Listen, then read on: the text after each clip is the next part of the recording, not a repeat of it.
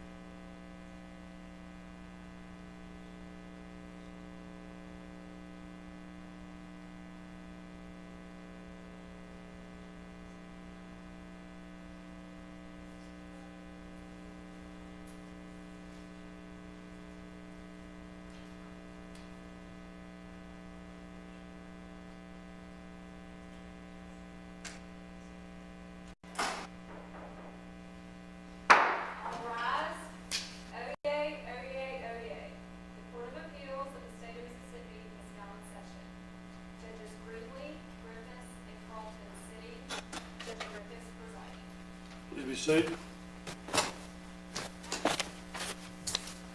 Madam Clerk, could you please call our docket? Yes, sir, Your Honor. 2016 CA 799 COA in the matter of the estate of Richard Harry Flowers Jr., Claire C. Flowers, and Brenda Jane Flowers Paixao versus the estate of Brenda Louise Vargas Flowers through its executor, de bonis none, with will annex Knox Lemmy Flowers. Okay, what says the appellant? Stand ready for that. And the appellee? Thank you. With that, Madam Clerk, if you have other matters you need to attend to, you may be excused. Thank you, Your Honor. Gentlemen, before we get started, I want to make sure that we understand where we are in the argument in this case. We've got two separate cases that have consecutive numbers, but they deal with the same people. Am I correct? To some extent, Judge, yes. To what extent am I wrong? Your Honor, the first case only deals with one of the daughters of Richard Flowers, Okay. Claire, and the second case deals with both of the daughters of Brenda, her mother, because there's two different trust documents. How does that impact your need in this to separate the arguments by case number as opposed to simply stand up and make one argument with an extended period of time? Your Honor, we're ready to proceed, I suspect both sides are, but we're ready to proceed however the court sees fit. The appellee, what is your preference? Okay, all right. I want to avoid a piecemeal argument in this. And so, Mr. McCarty, do you feel comfortable arguing both cases, then allowing the other side to respond, and then allowing you one rebuttal for whichever cases?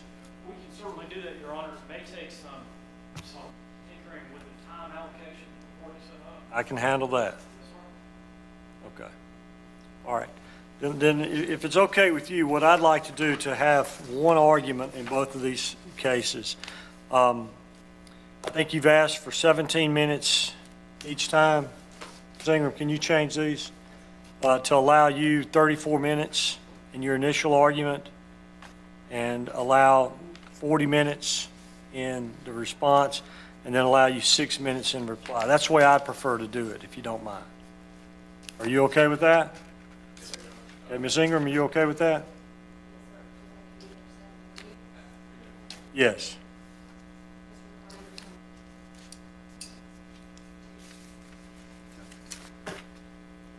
Thank you.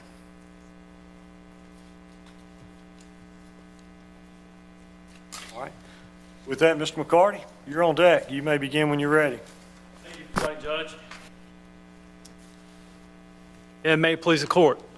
My name is David Neal McCarty of Jackson, Mississippi, and I represent the daughters of Richard and Brenda Flowers, both Claire and Jane Paixao. Now, there are three reasons why the ruling by the trial court in the first matter here regarding the will of Mr. Flowers should be reversed. And there's a core reason, too, the rulings regarding the will of Ms. Flowers should be reversed as well. First, Richard's will set out exactly who he wanted to be executor, even though the plain and unambiguous language of his will stated that he wanted in order his wife, his mother-in-law, and then a trustee from the bank to handle his affairs. There was a dramatic departure when his son Knox was selected as the executor. Counsel, if I may, his wife Brenda was named as the first choice for executor in his will, was she not? Yes, Your Honor. And then she actually was appointed executor and passed away. She did serve, and she passed away, unfortunately, Judge, about 129 days after her husband. But at the time she passed, she had already been petitioned the court and had been named executor by the court, had she not? Yes, Your Honor. So isn't there a statute in place that authorizes the chancellor to appoint an executor de bonis non in the event the executor dies? Your Honor, when that happens, and what the statute would control, Judge Carlton, is a situation where there was no supreme law in place from the will of the testator. If we had an intestate case, Your Honor, where there was nobody set out by will or there was just a need to select somebody, that statute can stand in the gap.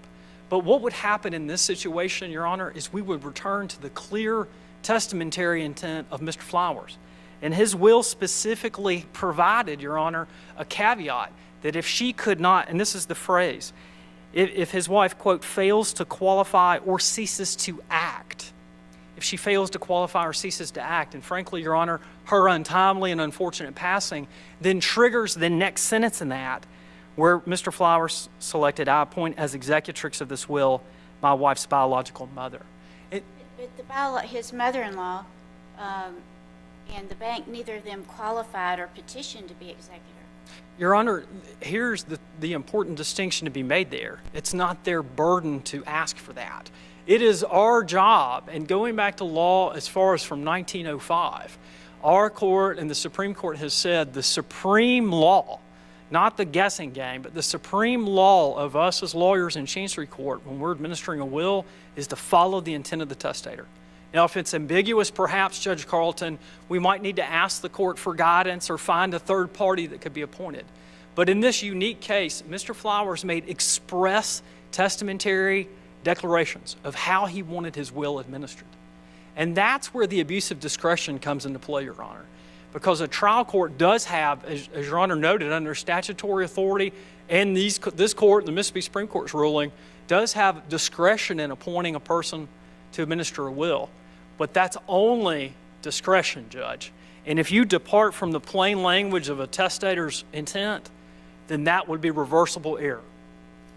And for a second reason, there should be a reversal as regards to Mr. Flowers' will, and that's because even if the court allows his son to stay on as the executor, even though he wasn't named in the will, there was uncontested proof that he violated his fiduciary duty to administer the estate. Now, that's in two ways that we can describe just from the cold face of this record. And the first is that we know that one of the chief duties of a fiduciary is to pay legacies. The Supreme Court has said again and again, you have quadruple duties as an executor or administrator. You stand in a holy relationship between a party weaker than you. And that's exactly the relationship here that the executor stood with the 50% beneficiary, Ms. Flowers. But counsel, under our statute, we have a priority of claims particularly pertaining to insolvent estates. And you have to pay in accordance with those priority of claims, last illness, funeral expenses, creditors, before any distribution or inheritance is had under a will, do you not? Judge, in many cases that might be applicable, but in this unique case, in the second breach of fiduciary duty, is why we've departed from a standard that we normally see. And it's the fact that it took, Your Honor, almost a decade to administer this estate. Under Chancery Rule 6.02, an executor administrator is supposed to speedily resolve an estate. In fact, the language from the UCC says, as speedily as may be reasonably possible. Instead, this trust, or rather the estate here, sat stagnant for nearly 10 years. In 2008, it sat there ice cold, and they brought in $68,000 from the sale of Mr. Flowers' house. Then it increased again from the sale of his office building in Greenwood. But from Was that on East Monroe Street? Yes, Your Honor, the downtown building. It brought in about $17,000 to the estate. But then, and Judge, this is what's so troubling, is that it just sat ice cold for 4 years. From 2010 to 2014, even though it had $86,000 in it, even though Richard had an express command in his will that I want you to pay my legacies 50% apiece, it just sat there. And then, 8 days after Ms. Flowers, after Clear petitions the court, continuing to object to what's going on, continuing to express frustration, it's only 8 days after, and nearly a decade after the estate was opened, that we saw action from the executor to file an accounting and try to close the estate. If we could go back to this accounting and the sale of those two pieces of property, one in May of '08 and I believe one in '09 on East Monroe and one on West Church Street in Greenwood, it looks, and correct me if I'm wrong, my understanding is the estate bank account, it looks like the only proceeds that, monies that were deposited in there were from the sale of those two pieces of real property? I agree, Your Honor. And then there's a smaller, in 2015, what looks like an investment account, and then brought in another $4,000, Judge Carlton. Okay.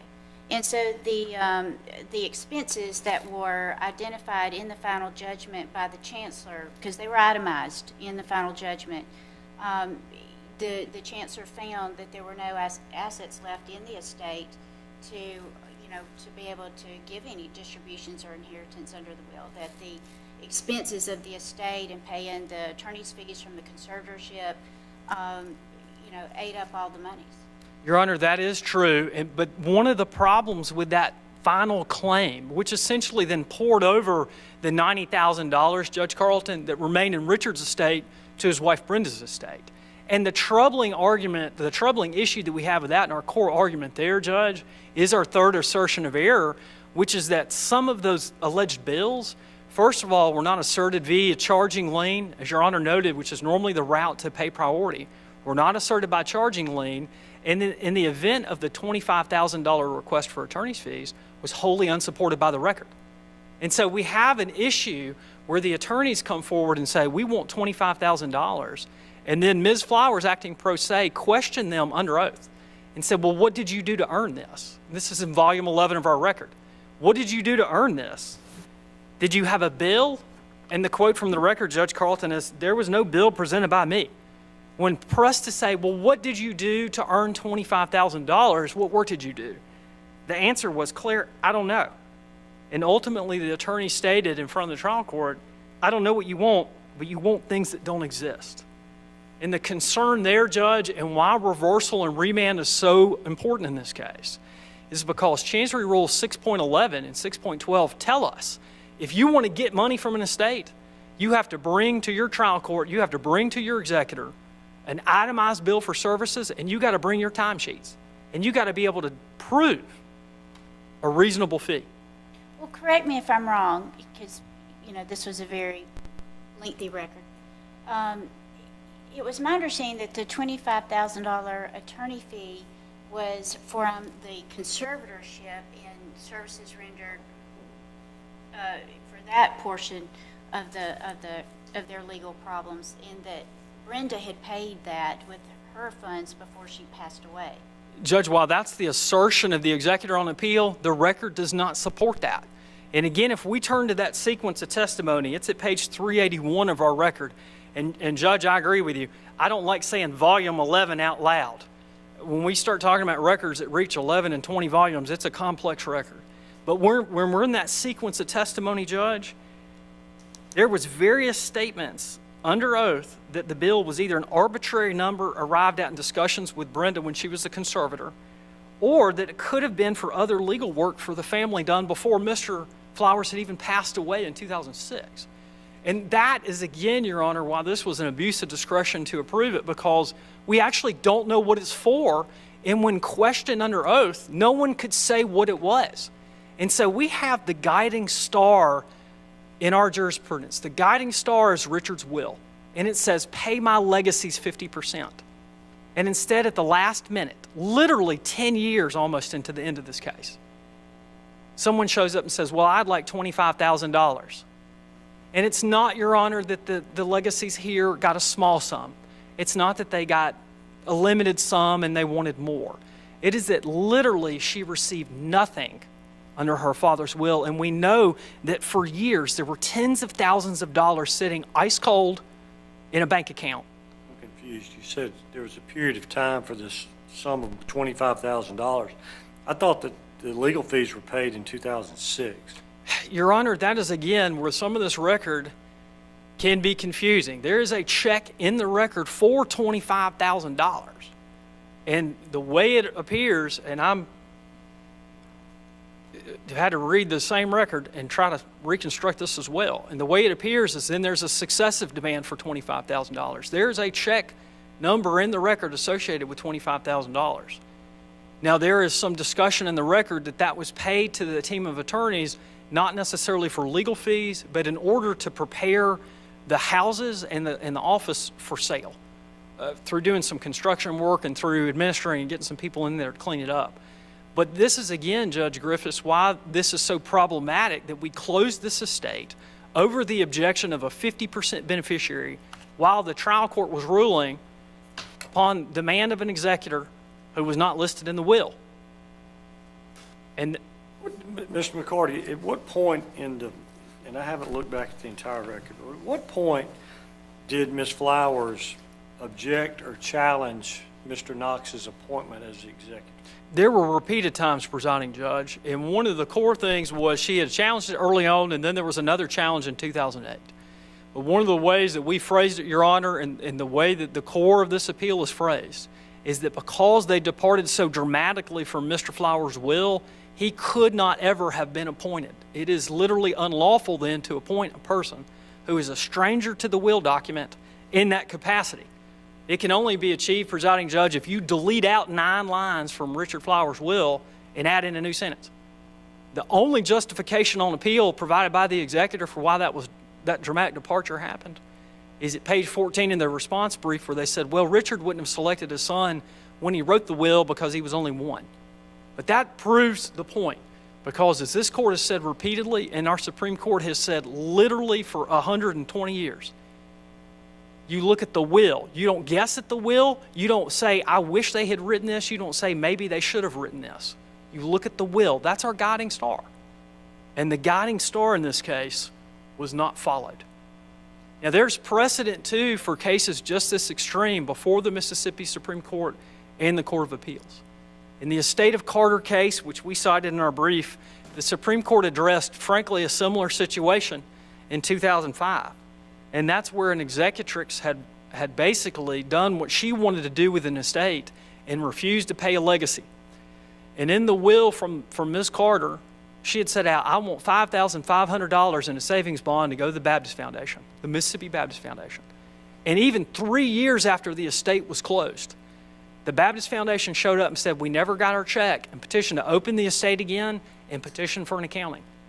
And the trial court allowed it, ruling, as the Supreme Court approved again in 2005, that one of your chief duties as a fiduciary to that estate is that you have a fiduciary relationship with your legacies. And your job then is to honor them, respect them, and take care of it, or explain what happened. And it was that failure to explain in the Estate of Carter case that triggered the administratrix removal from that office, and ultimately the trial court appointed the Tippah County Chancery Clerk to run it, because they didn't have, like Mr. Flowers in this case, they didn't have listed alternates. Unlike this case, where we know who Richard wanted because he told us who he wanted. Counsel, if I think it was a mother-in-law, refused to act, then it would have gone to the bank. And there was not much money there. If the bank refused to act, then what would the court have done? Judge, there could have been, and it was if the mother-in-law failed to qualify or ceased to act, it rolled then to the First Greenwood Bank, a branch of Grenada Bank. I think then, Judge Greenlee, we would face the situation that Judge Carlton brought up, where we would have the statutory gap filler come in, and we would have to have a trial judge select us an impartial person to administer it. But that's not our situation. And one of the important things here, Your Honor, is we had testimony. And I want to emphasize that Ms. Flowers did this her own self pro se, elicited this testimony at a hearing before the court, and questioned the executor and said, did you contact Ms. Baker? And he said, no. She said, why did you not? He said, well, I don't believe she would have wanted to serve. I don't feel like she would have been able to serve. And again, that's not what Richard said. Now, if she affirmatively had disclaimed it, Judge Greenlee, if she had affirmatively said, I don't want to do this, then we would have rolled to our bank. And that's the path that Richard selected in 1983. That's the path. By her inaction, did she not fail to qualify? She obviously knew that Richard was deceased. Your Honor, she did. And even if there was a burden then on the person who was supposed to be the executor, Your Honor, we have evidence in this record that perhaps she didn't know, because the questioning of the executor was, did you contact grandmother? Did you contact Ms. Baker? No. And so, Your Honor, for instance, if I had a family member right now pass away, I don't necessarily know that I'm listed as executor in their will. Somebody has to reach out to me and tell me, I need you to do this. And then I might say, I can't serve, I'm in Jackson, I can't come to Alabama. But we know that didn't happen here because of the affirmative testimony from the executor. And even then, Judge, again, Richard provided decades ago for this fail-safe. If she couldn't serve, and I think he could have assumed rationally that perhaps his mother-in-law would predecease him. And unfortunately, that didn't happen. She continued to live longer than both her son-in-law and her daughter, but he had that stopgap, Judge, and it went down to the bank. He had that third party in place. But those are the reasons why reversal and remand are so warranted in this case, because of the fact that the son who was a stranger to the executor clause, was placed in that role because the fiduciary duty on the face of the incredible delay in this case was violated, and because a legacy to her father's estate of 50% received nothing, even after decades of inaction, and even in the light of her father's express testator intent. This warrants reversal. Now, there's a similar issue when we've been talking about standing. There's a similar issue then regarding the estate of Brenda Flowers. That's Ms. Flowers in the 800 case, presiding judge. And in that case, both Claire, who is the daughter who is contesting her father's will in the 799 case, both Claire and Jane have expressed standing under their mother's will to ask for an accounting.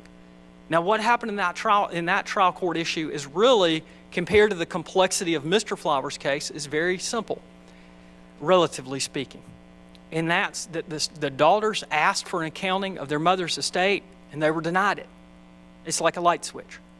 And it's a threshold issue before this court whether they had standing to ask for an accounting.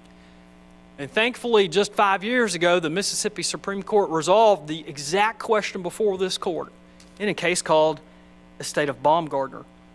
And in that case, the Supreme Court declared, even if you're just a beneficiary who has a vested remainder, even if you're a beneficiary who just has a contingent remainder, even if your remainder interest in a will or a trust may never happen, the Supreme Court in Baumgartner said, you've got standing to ask for an accounting.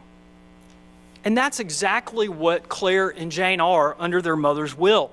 They can only take under her will. They don't have what the Supreme Court would call a present possessory interest. They don't have an automatic right in their mother's will.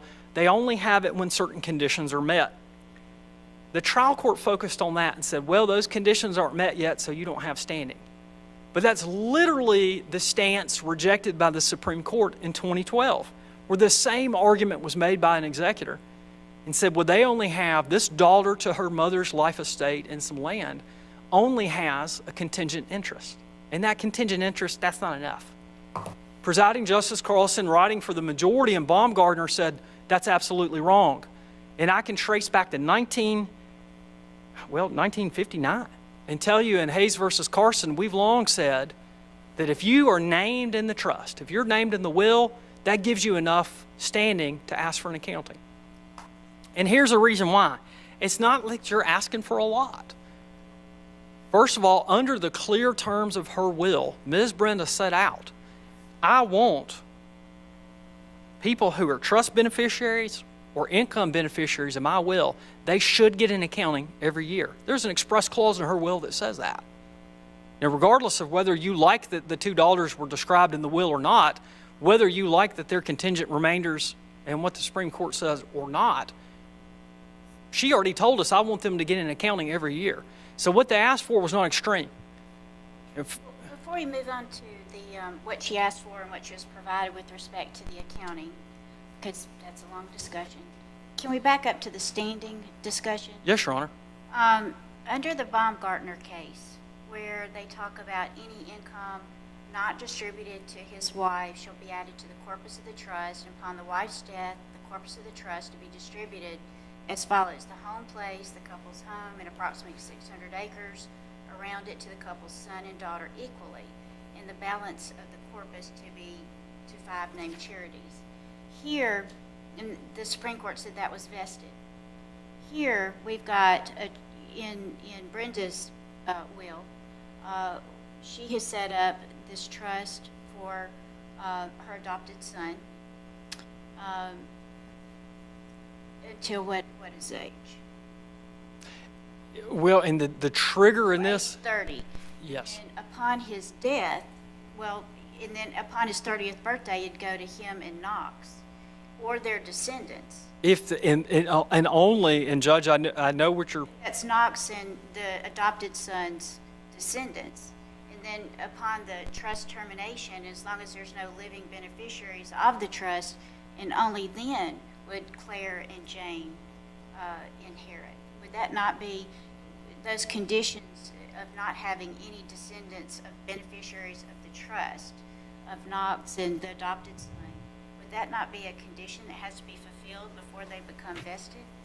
No, Your Honor, it does not. And here's what's so important with that. And here's where the fact pattern, although when we start talking about wills and estates and contingent invested, my eyes begin to cross a little bit. But if we return to Baumgartner, recall that the woman only had a portion of the home place, as they called it in that case. She only had a portion of the home place if her mama had passed.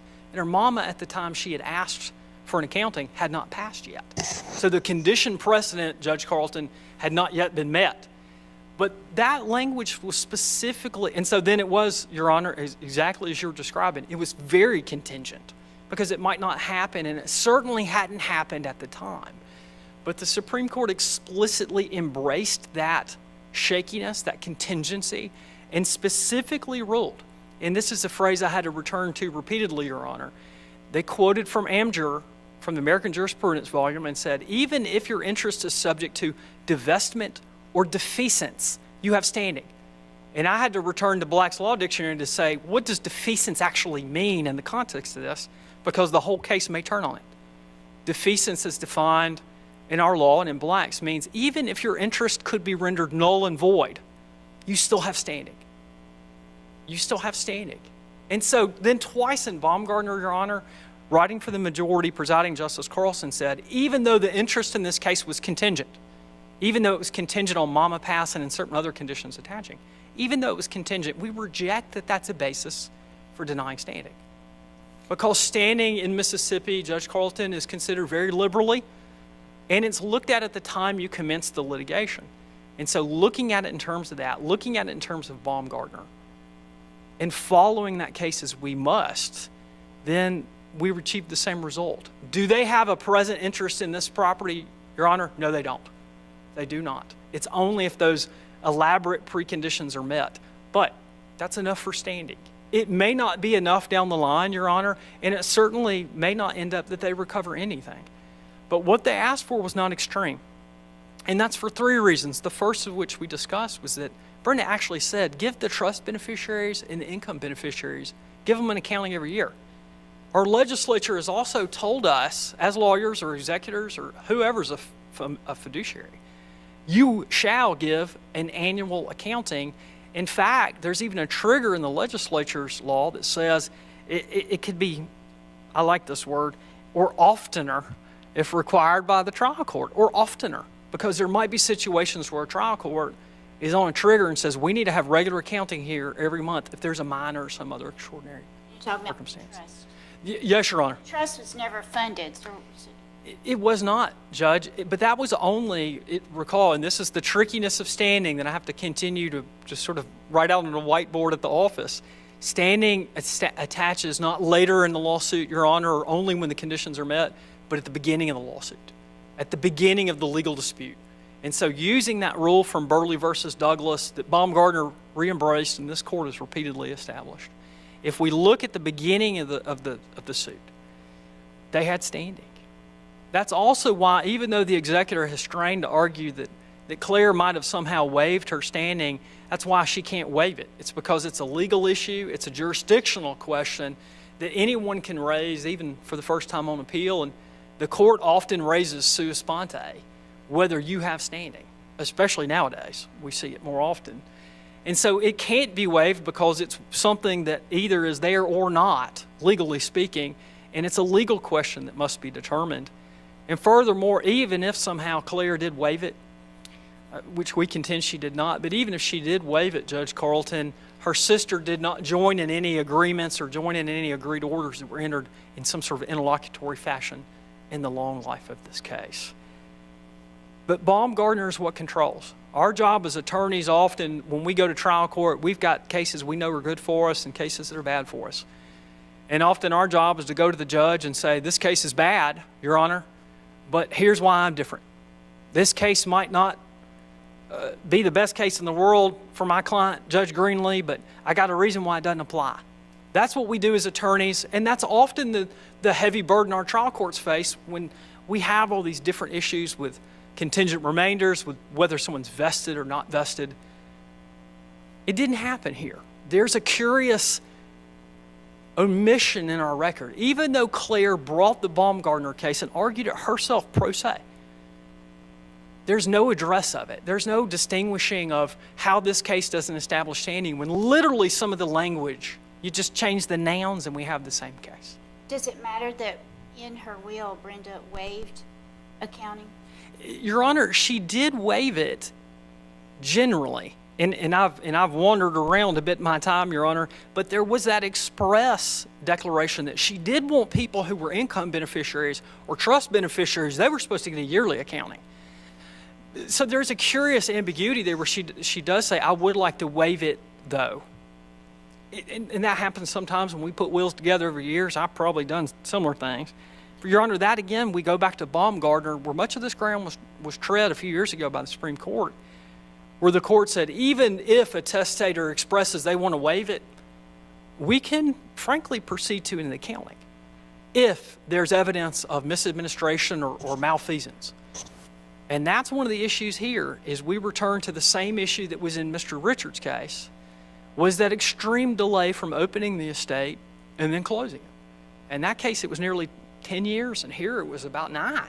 So we have this extreme delay. And in Baumgartner, the Supreme Court was very critical that it had passed over 9 years of litigation. And there was an entire sequence where they quoted and said, we're going to go back to Rule 6.02 and quote to y'all that you were supposed to speedily and reasonably dispose of these assets and pay your legacies and take care of it. That extraordinary lapse in time, Judge, is another reason why an accounting should have been ordered and certainly could have been ordered, because there was precedential authority that allowed it. In both of these cases, we have similar problems. We have a similar thread running through both of these. In Mississippi, there are complex duties that attorneys and executors face in the administration of estates, and I'll never say that they're not. But we can't pick and choose. We cannot pick to choose only to pay people who have asserted claims against an estate and not pay a legacy. We cannot pick that we're going to try to do one executor but then not follow the express intent of the testator as to the next sentence in his will. We can't pick. We have to return to what the Supreme Court said in 1905. The guiding star of what we do as an attorneys and what fiduciaries do within the realm of chancery is to honor the intent of the testator. And this record is replete with evidence that the intent of the testator, whether Mr. Flowers or Ms., was not followed. Mr. Flowers' will granted 50% of his estate to his daughter Claire. She received nothing. Ms. Flowers' will said, I want you to give an accounting every year to income beneficiaries and trust beneficiaries. Didn't have a caveat, didn't have an asterisk that said, unless they're contingent. Said, just give them an accounting every year. It's not a big deal. That was never done. So while we actually know what happened in Richard's estate, or we believe we happened, because again, our argument is that certain fees and fines or allegations that somebody should be paid $25,000 weren't supported by the evidence, we don't know what happened with Ms. Flowers, because the $90,000 plus from Richard's estate were poured as if in a vase of water into his wife's estate. The trial judge in his final judgment itemized the expenditures. Certainly the expenditures as presented, Judge, yes. And said, and this is where the rulings become quite complex. And presiding judge, you had asked us before the argument about separating the two, but this is one of the reasons why separation of the legal issues was so important, is because they became essentially commingled. They became merged into one. And the difference here, the difficulty and the distinction that must be looked at is that these are two different testators. These are two different will documents, two different testaments, and they wanted different things. We know what Richard wanted, and we know that it wasn't followed. We know what Brenda wanted, and we know it wasn't followed, but we don't know what ultimately happened. And that's why reversal and remand is so important in this case. There are so many question marks here. There's such a troubling passage of time in the fact that we know, and it cannot be contested. The wrong executor was put in place, and the legacy was never paid. These issues under Mississippi law spanning a century warrant reversal and warrant a remand, where we can determine what happened here, where we can, for the first time, follow Mr. Flowers' dictates and appoint the correct person to administer his will and find out what happened. And if we end up in a situation where there's a deficiency, we don't know, or maybe we won't. There are solutions at that point. This is frankly, because there are these questions, we don't have answers yet. But our law allows us to ask for these answers. And that's why we would respectfully request this court to reverse and remand both the final orders in both Mr. Flowers and Ms. Flowers' estates. Thank you, Presiding Judge. Thank you, Mr. McCarty. Mr. Melton? I take it you want to split part of your time with Mr. Oakes, is that correct? Yes, sir, Your Honor, I would like to. I'll let y'all work that out for yourself. You can just decide when it's time or how you want to use your 40 minutes. Would that be okay with you? Yes, sir, Your Honor, we've actually done that, and then she's going to warn me on the time. All right, great. He's going to argue the Rule 15 portion of it, if that's okay with you. Certainly. I'm Floyd Melton III from Melton Law Firm in Greenwood, Mississippi. And I'm here today on behalf of the appellees to argue that both of the cases for the executor. The first case I want to discuss is the Richard Flowers estate. In Richard Flowers estate, we first come to the appointment of executor. The first executor appointed was Brenda Flowers, his wife, and she took over the job as executor and was proceeding to administer the estate as best she could. There was no money to speak of in the estate. There was a little bit of property. So in doing that, she thought that the best efficient way was to contribute funds because it was coming to her if she lived 100 and half a year. But if it didn't matter anyway. She was doing the best she could to administer the estate most efficiently. So she contributed her funds to the estate to pay off the debts, to pay off those sorts of things in that time period before she passed away just a few months later. At the time she passed, and we'll come back to those payments and things, at the time she passed, Knox was helping her in basically everything she did in raising her adopted son, in the finances, and she was bouncing everything off of him best possible. He became... Is that in the record? Yes, sir, it is. It's, sorry, threw me off a little bit. He was there.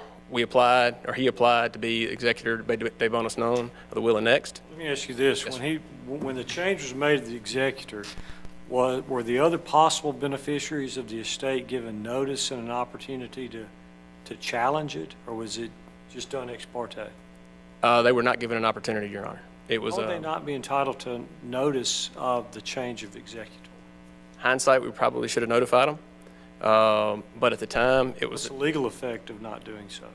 I don't think it should be any, because the grandmother obviously knew that both of them had passed away. She was at both of the funerals.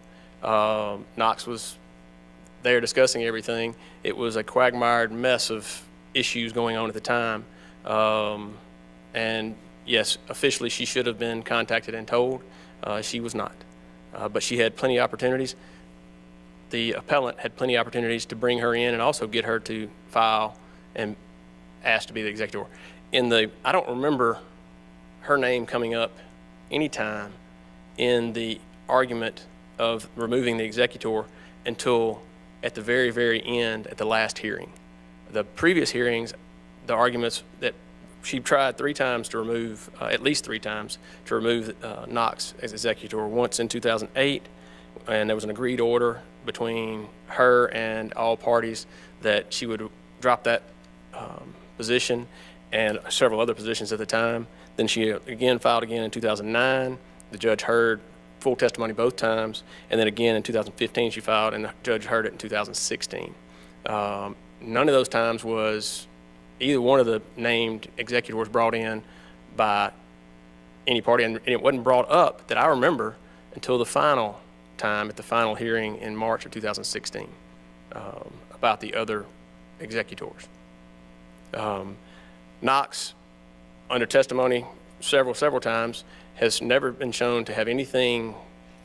He was shown to have done everything just the way an executor should and could with the facts that were given to him. There was no testimony or facts to show why he should be removed. The only thing that came up at the end, why weren't these other people contacted? The mother-in-law, obviously, but the bank, there was no money in the estate. I doubt the bank, dealing with banks quite often, executors, they want to be paid, and there was no money to pay in this estate. So I doubt, but that's not in the record. That's just common knowledge. There's what no banks money in the estate. Why wasn't it closed a long time ago? The judges, because there were 6 or 7 different causes going on at the same time, primarily about the adoption of a child, of Drake. How does the adoption of the child deal with the estate? Well, was he an heir of this estate?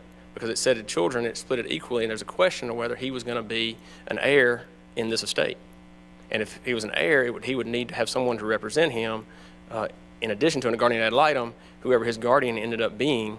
And the chancellor asked us to stand down on both estates until the adoption was settled. I guess, curious to know, why would you be fighting to know if he's an heir if there's no money for him to receive if he's an heir?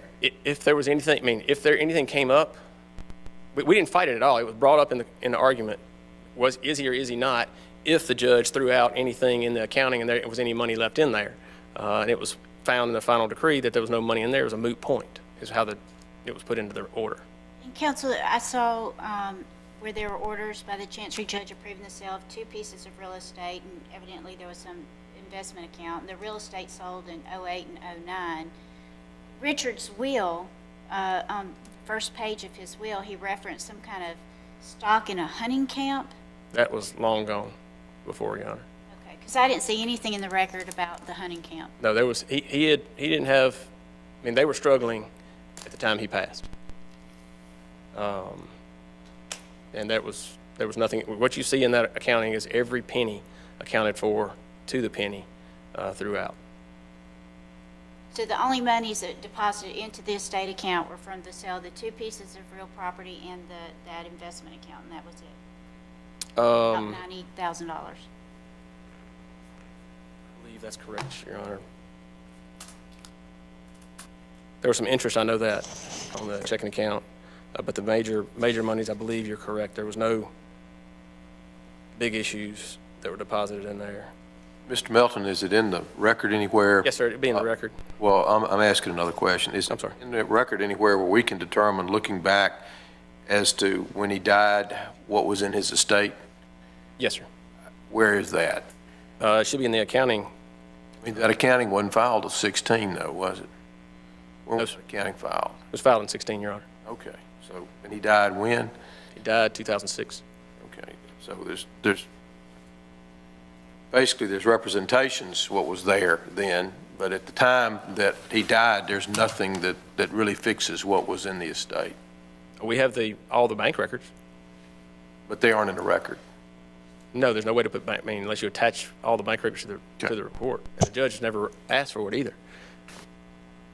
And this accounting's backed up by every bank record and closing agreement and all sorts of things like that.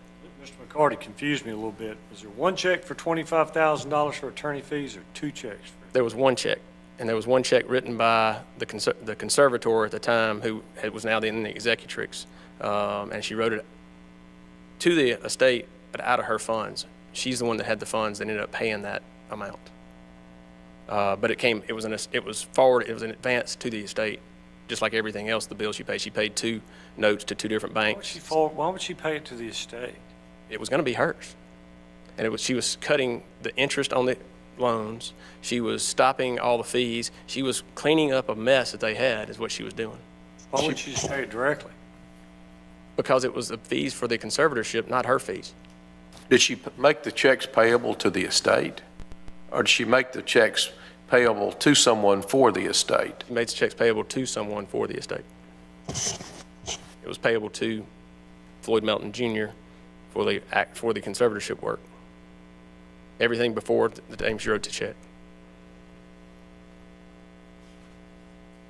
And that was very clear, and the judge has heard testimony.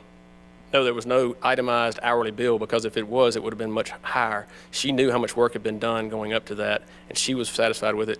The judges have heard testimony about what happened both in 2008 and in 2016 about the issues that went on there, and the judges both found that it was fine. You mentioned earlier that during the proceedings, and it seems like that there's no paucity of proceedings here, that different things that happened. At one time, that one of the daughters, what's her name?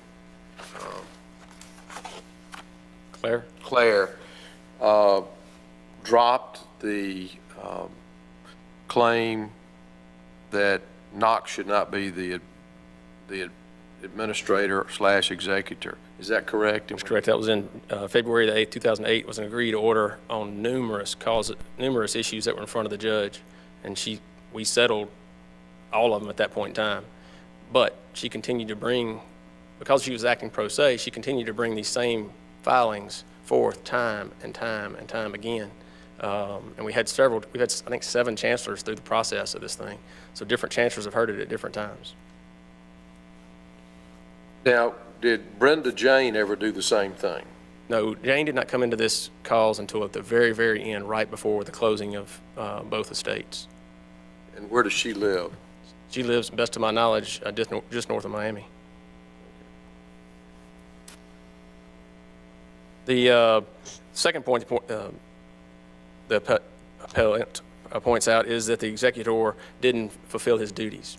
And as we've discussed, as y'all discussed already, that in those duties, it's spelled out in the case of the state of Carter that it's to reduce the possessions to personal assets of the testator, pay the testator's debts, then to pay the legatees, and then to distribute the surplus to the parties entitled thereto. Well, in this estate, we didn't get past the debts. We gathered the assets, or the executor gathered the assets, and then couldn't pay all of the debts. We couldn't pay any legatees. If he, the executor, had closed it earlier, it would have been the same thing. He couldn't close it at all until the sale of both properties because he didn't have the assets to pay the debts. After he paid them, could have, but there was, anytime anything was filed in these cases, it became just volumes and volumes of filings that you can see in the court file. And that's the reason the chancellor said, don't cloud the issue until that adoption is over. Then when the adoption is over, bring it forth. The money was sitting in the bank account, earning the interest it was earning, and that was it. And it was just the $90,000 that was there, which you can see accounted for every penny. So there was never any proof of wrongdoing. The time was asked for by the chancellors because of the other issues going on, and due to the filings that were just, when you filed one thing, all of a sudden you got 10 back that you had to answer and deal with and do. So all of that stuff had to work itself out because of the minor that was out there and needed to know who the guardian and or the adopted parents would be. The attorney's fees, I mentioned that, how that came about on Richard's estate. The chancellors also are given, in Sandifer v. Sandifer, are given wide discretion to appoint the new executor. They don't have to go, I mean, when you put an executor in a will, yes, it's a directive that needs to be considered, but it is not a hard and fast directive as the appellant wants you to believe. The cases that he was citing were beneficiaries. Yes, those are hard and fast beneficiaries. They cannot be undone, overlooked, overruled. I mean, when it says give $5,000 to someone, you're going to give $5,000 to them if you have it. An executor, if there's proof shown that the executor is not an appropriate person, then that person can be removed at any time by the court's action, by someone else filing for it, or the like. Knox filed to be executor de bonus known with will and next. He was approved, and then he was continually recertified as a correct person to be the executor in there, even though he did not have to be named in the executor clause in there. Like we said, the will was done January 21st, 1983. Knox was 1 year old. You have to be 18 to be able to be an executor, so it'd be malpractice for an attorney to put Knox in there as an executor looking 30 years ahead. The language in that Sandifer case was pretty strong on the discretion, wasn't it? Didn't it have language that the chancellor didn't have to find that the named executor was disqualified or engaged in any misconduct before the chancellor Yes, Your Honor. possessed the discretion to appoint the temporary? Yes, Your Honor. It was very strong that it's chancellor's discretion as to who the appropriate executor would be. Was that a will contest case? I can't recall if that language was particularly concerning will contests or just generally for executor de Bonasson? It was a new executor, and I don't remember why they were appointing a new executor. It wasn't the first executor, it was the second in that case, but I don't remember it specifically. I'm sorry, Your Honor. Are there any other questions on Richard Flowers' estate? I'm going to move to Brenda Flowers' estate, if that's okay. Are y'all going to touch on the motion to amend?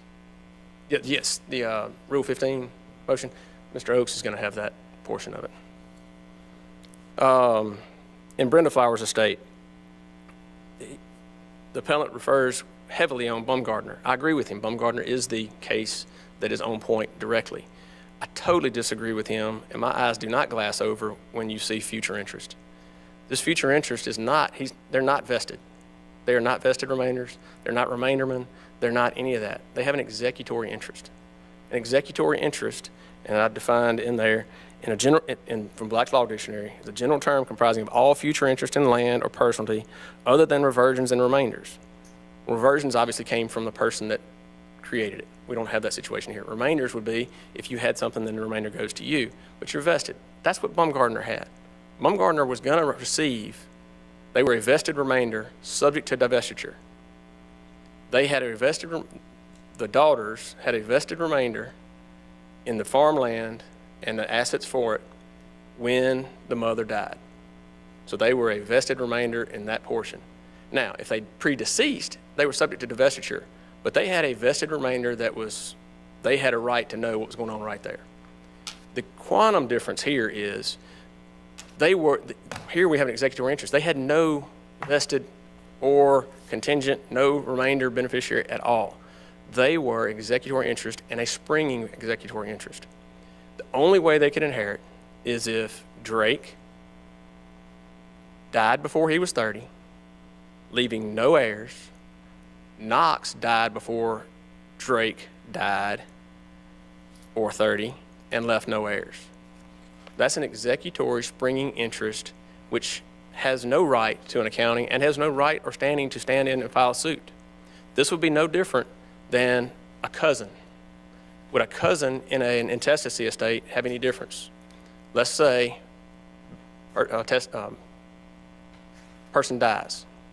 They have a child. The child's growing and living. Could the cousin come in and argue that they have a right to an accounting in that case?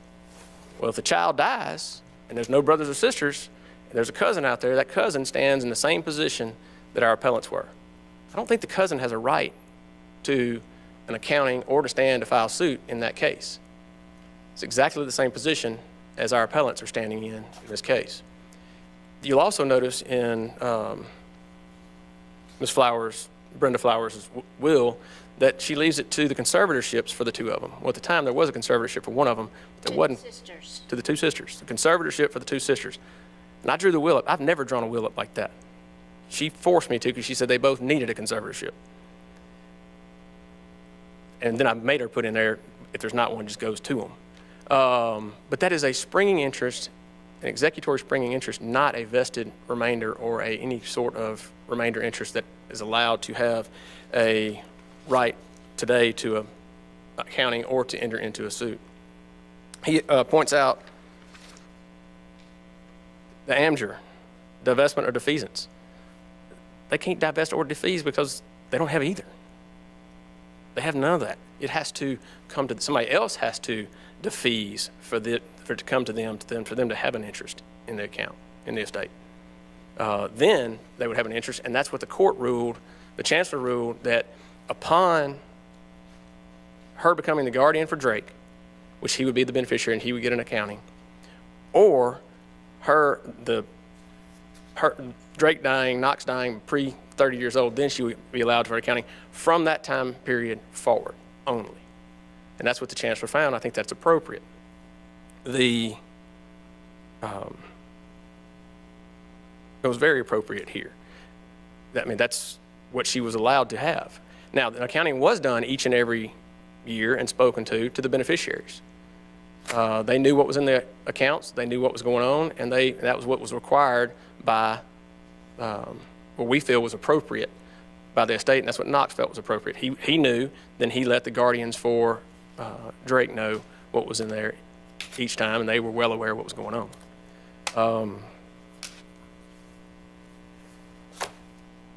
There was never any proof of wrongdoing in there either. The judge heard arguments several times on whether it was appropriate or not. Every time the judges ruled that Knox was appropriate, was doing appropriately, and kept moving forward. In 2008, the same agreed order. Claire did agree to all of this, and then further petitioned later and changed her standing there.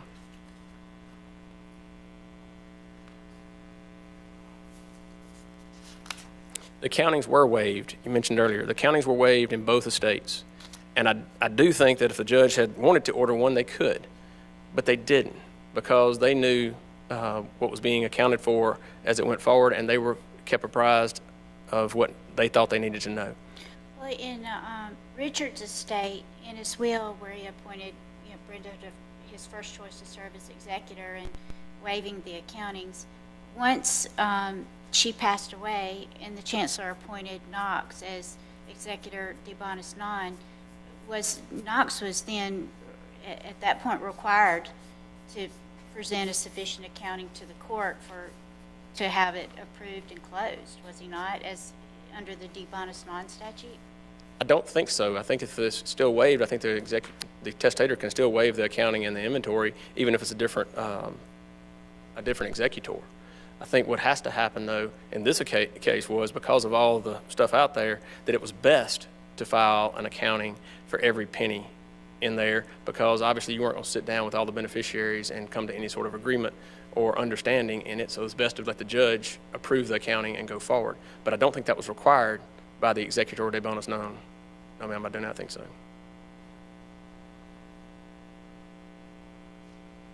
But it looks like an accounting was provided. Oh, it was provided to the penny. At least in Richard's estate. Yes, ma'am. The And there- chancellor recited it and identified the expenditures in the final order. Yes, ma'am. Unless there's some I don't know about, but what was in the record in the final order, The final petition included every penny from the time the conservatorship all the way up, from the last conservatorship accounting all the way up to the time of the closing, including the interest in the last month. There was also an accounting presented to the court in camera on Brenda's estate also. I mean, so it was accounted for. The judge saw everything that went on, and the true beneficiaries, the vested beneficiaries, also obtained copies and knew what was in the Brenda's estate. So there's nothing to be hidden from the people that have a right and a need to know.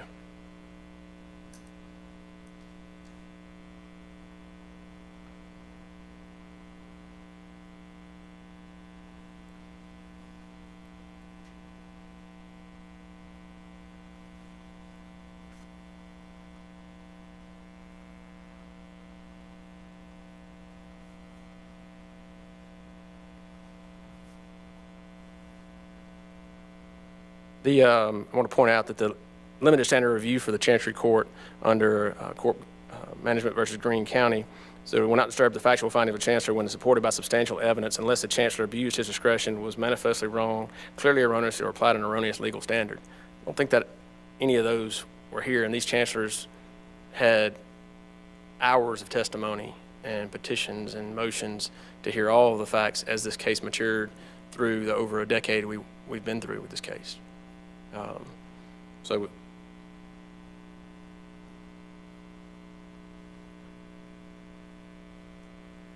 that's all I have, Your Honor. Okay, Mr. Oaks?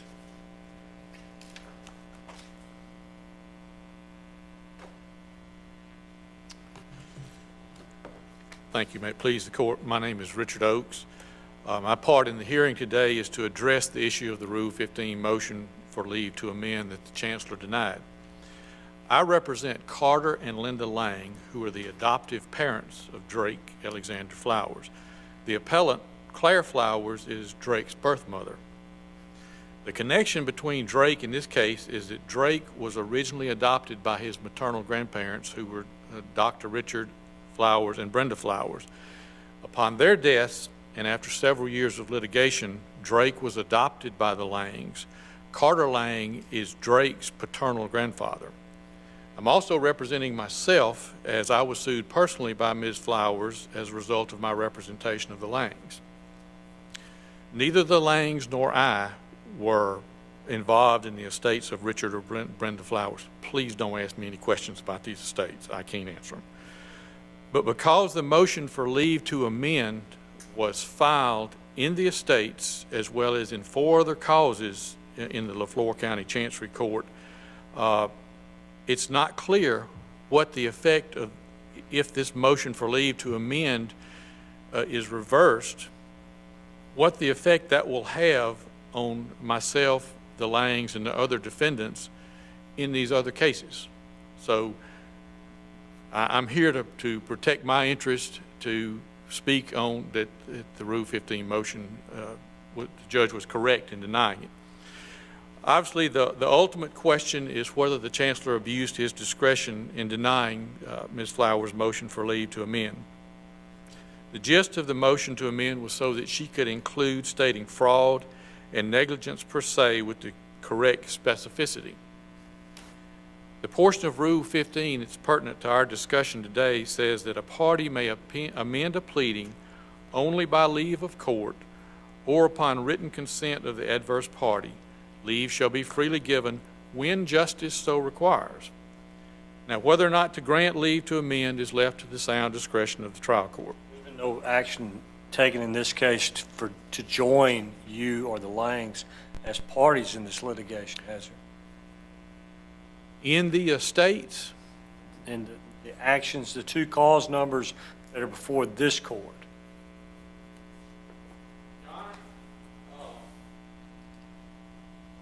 in September of 2015, when Ms. Flowers filed this complaint, she didn't get leave of court to bring me in as a defendant in this litigation. She had the Langs serve with a Rule 81 summons that listed all 6 causes on it and had them served with a copy of this complaint. Were those the same cause numbers as these 2 estates? Yes, sir. The 2 estates were included in those cause numbers. Well, I mean, how did they file that? Was it filed in the circuit court or the chancery court of? In the Chancery Court of Laflore County. One of those was filed in all 6 causes. In all 6 causes that had been filed, including these, it was filed? In these 2 estates also. Yes,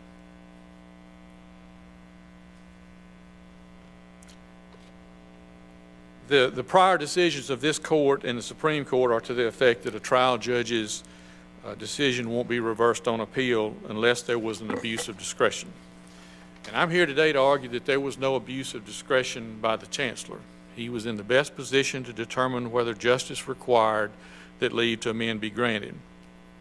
Consider that the chancellor reviewed Ms. Flowers' petition for compensatory and punitive damages and her amended petition for compensatory and punitive damages, both of which included claims for fraud and negligence per se.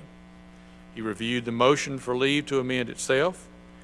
He reviewed 10 years' worth of pleadings in 6 different causes. Y'all think y'all got a lot of papers? You haven't seen the amount of papers that's involved in this litigation.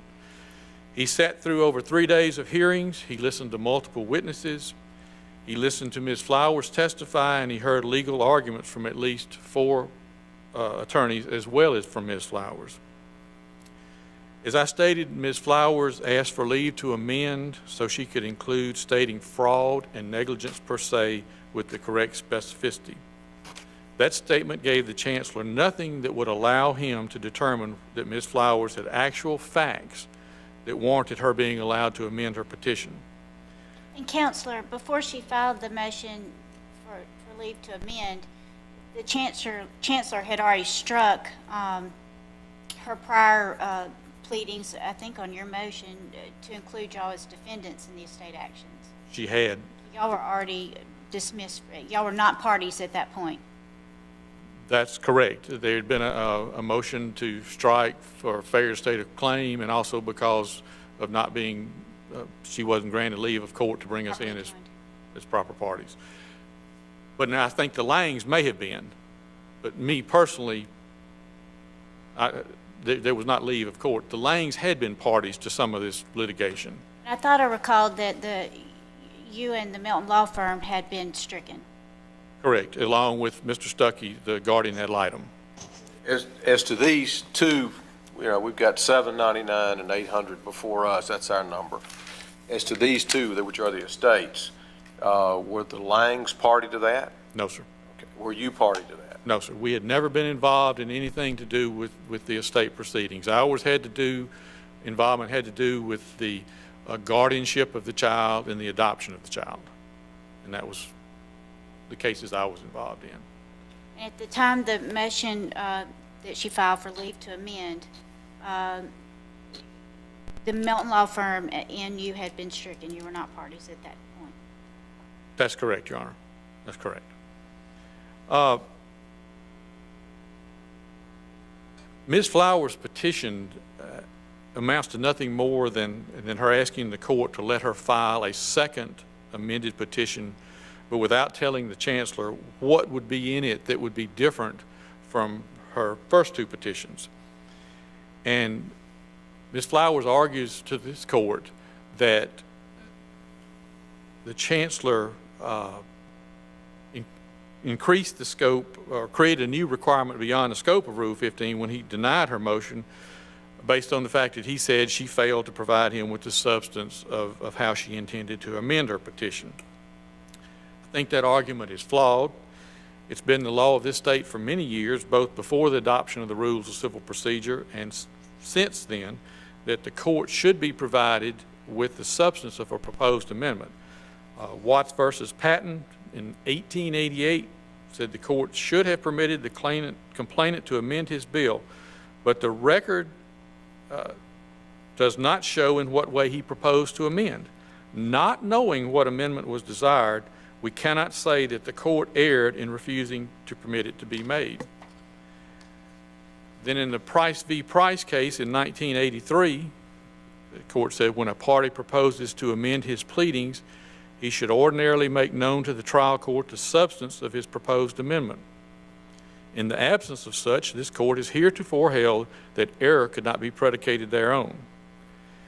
And then in Price cases in 1983, the rules of civil procedure were in effect, read just almost identical to what it reads now when that decision was handed down. And then in 1989, the Parker versus Mississippi Game and Fish, they tried to add a claim for malicious prosecution after claims for false arrest and imprisonment were dismissed on summary judgment. And the Parker court quoted both Watts and Price and held that the record discloses that the Parkers did not disclose the substance of their proposed amendment to the trial judge, and their application was properly refused.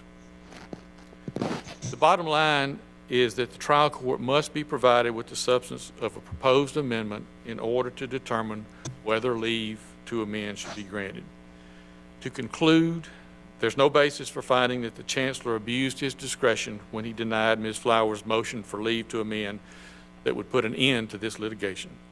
He did not know the substance of the proposed amendment, therefore he could not determine whether justice required that leave to amend should be granted. On behalf of the Langs, myself, and the other defendants in this case, I respectfully ask this court to find that the chancellor did not abuse his discretion in denying the motion for leave to amend. Thank you, Mr. Oaks. Mr. McCarty?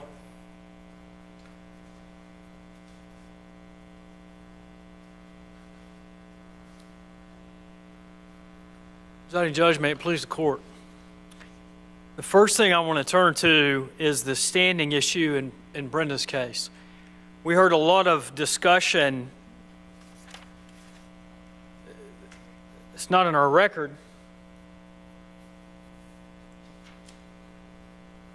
About what type of interest this was. Here's what the trial court ruled. This is in our record excerpts at page 20. That Claire Clements Flowers is not entitled to an accounting unless and until she becomes a vested remainder beneficiary of this estate, and then only from the date of such vesting until delivery of assets to her. So there's two things wrong with that. Even though this was written in 2016, there are two things that departed from a case that was already that time 4 years old and set in stone based on a case from 1954. And here's what. First of all, it got standing wrong. It said that your standing could change at different times in the case. And as far as I can understand and review the law, that's never been in modern times the rule in Mississippi. Standing is determined at the commencement of a lawsuit. It doesn't change or develop as the trial court ruled. So regardless of what was argued today about what could happen, what happened, what it might be, what law book says what, that's not what our trial court ruled. And what this court is reviewing is not what we say, but what the trial court did and whether it comports with Mississippi Supreme Court precedent. And that is wrong. There's a second reason it's wrong, and it's because regardless of how Baumgartner was characterized today, it wasn't examined at all by the trial court. And here's what Baumgartner says. It's not limited language, it's not narrow language. I'm not sure I agree with it. But this is the incredibly broad language used by our Supreme Court. Your future possession, though that right may be defeated by some future event, contingent or certain, there is nevertheless a vested estate. This woman and her sister, both Claire and Jane, are explicitly named in their mother's will. Whether we like that that's what their mother did, and I know they don't like what either of the parents did here because they've done exactly what they wanted to do throughout this litigation, regardless of what the testator said 20 years ago. I know they don't like it. I may not like it, but our trial courts are bound to follow Supreme Court precedent. And the precedent of Baumgartner is that daughters who are named in the exact same distinction in this case have standing to ask for an accounting. I want to return to Richard's estate and why it's so important here that we actually, for the first time, follow his will. It's not a new rule I made up. It's not something I figured up that I'm trying to be a smart aleck and say, well, we should follow the will. That is not a crazy concept in our jurisprudence. And to have the argument be, we probably should have done that. Maybe we should have given notice. Maybe we should have followed the intent of the testator. I want to follow that sentence to its logical conclusion. Maybe we should have done what the will told us to do. We're not supposed to guess at our jobs. When the testator tells us what to do, the guiding light is what they told us. We may not like it. We may not want to do it. It may be a pain and it may be a burden. But it is not the burden on the beneficiaries or on a purported or possible executor to prove their way into the estate. It wasn't Ms. Baker's burden to prove that she should have been appointed as executor and to force them to follow the intent of the testator. That's just our job. Well, Counselor, when later in the proceedings, when Claire filed several motions to disqualify Knox, she obviously had notice at that point. It was brought before the chancellor to review the propriety of appointing Knox as administrator, temporary administrator, and he didn't find him disqualified. I mean, with that, I mean, that's the notice that the counsel opposite was talking about, is, you know, as to when Knox filed the petition to serve as temporary administrator upon his mother's death after she had already been appointed executor. Judge, I apologize, Judge. But I mean, the chancellor had an opportunity to remove him at that point, but found no basis. And Your Honor, that is exactly why there's an abuse of discretion here, is that the dramatic departure from the clear delineation of this man's will, that is exactly an abuse of discretion. In fact, it would rise to the level, if we were even doing this, if we had to, Judge, and it's not a factual dispute, but if it were, if we had two people, if it was supposed to be Helen Baker and they brought in Bobby Baker, it's manifest error. This is so high. It's a legal error, it's a factual error, and it disregards the intent of the testator, which, as the Supreme Court has told us since 1905, is the supreme law. That's why it must be reversed, because this person is a stranger to that office. Now, they said that there was no money in the estate and they couldn't pay it out. Again, that's bizarre because we know, and by their own accounting provided by the executor, there was $90,000 in it. And maybe that doesn't sound like a lot of money to these people, but to the beneficiary of Richard's estate, it's a lot. She didn't get half of 90, she didn't get half of 50, she didn't get half of a nickel. She got nothing, even though her father said, I want you to have this. But for these reasons, the final orders must be reversed and an accounting rendered, in this case remanded. Thank you for your argument. We thank you both for your arguments here today. The court will take this matter in consideration and will issue an opinion shortly. With that, we stand in recess.